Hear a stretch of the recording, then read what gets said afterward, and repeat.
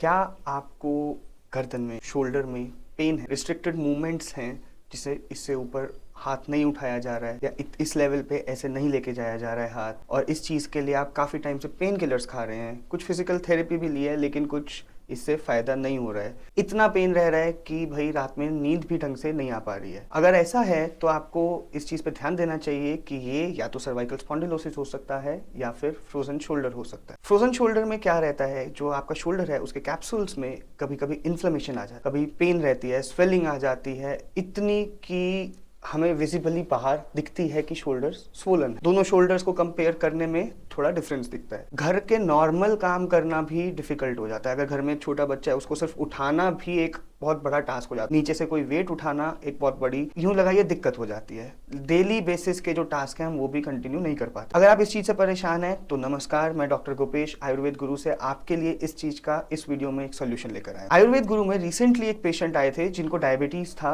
और वो अपना शोल्डर 60 डिग्री से ऊपर नहीं उठा पा रहे थे। With in a span of 10 to 15 days वो अपने दोनों शोल्डर ऊपर करके उन दोनों शोल्डर के सहारे लटक पाए। ऐसा कैसे संभव हुआ? जब वो यहाँ पर रहे तो जो उनका डाइट और लाइफस्टाइल था वो पूरा आयुर्वेद के अकॉर्डिंग था। उन्हें पूरा ऑर्गेनिक खाना प्रोवाइड किया गया था जो कि हम खुद से उगाते हैं। जो उनको औषधि प्रोवाइड करी गई थी वो हाईएस्ट क्वालिटी की थी, which is prepared under the supervision of doctor Manoj. जो उनके ट्रीटमेंट्स रहे, जो पंचकर्म ट्रीटमेंट रहा, उसमें उनके लिए स्नेहन किया गया, द यूज ऑफ ऑयल्स, उनके लिए स्वेदन किया गया, the use of heating treatments, daily basis पे उनको योगा कराई गई, डेली बेसिस पे उनकी एक्सरसाइजेस रही, साथ ही साथ उनकी मेडिसिन।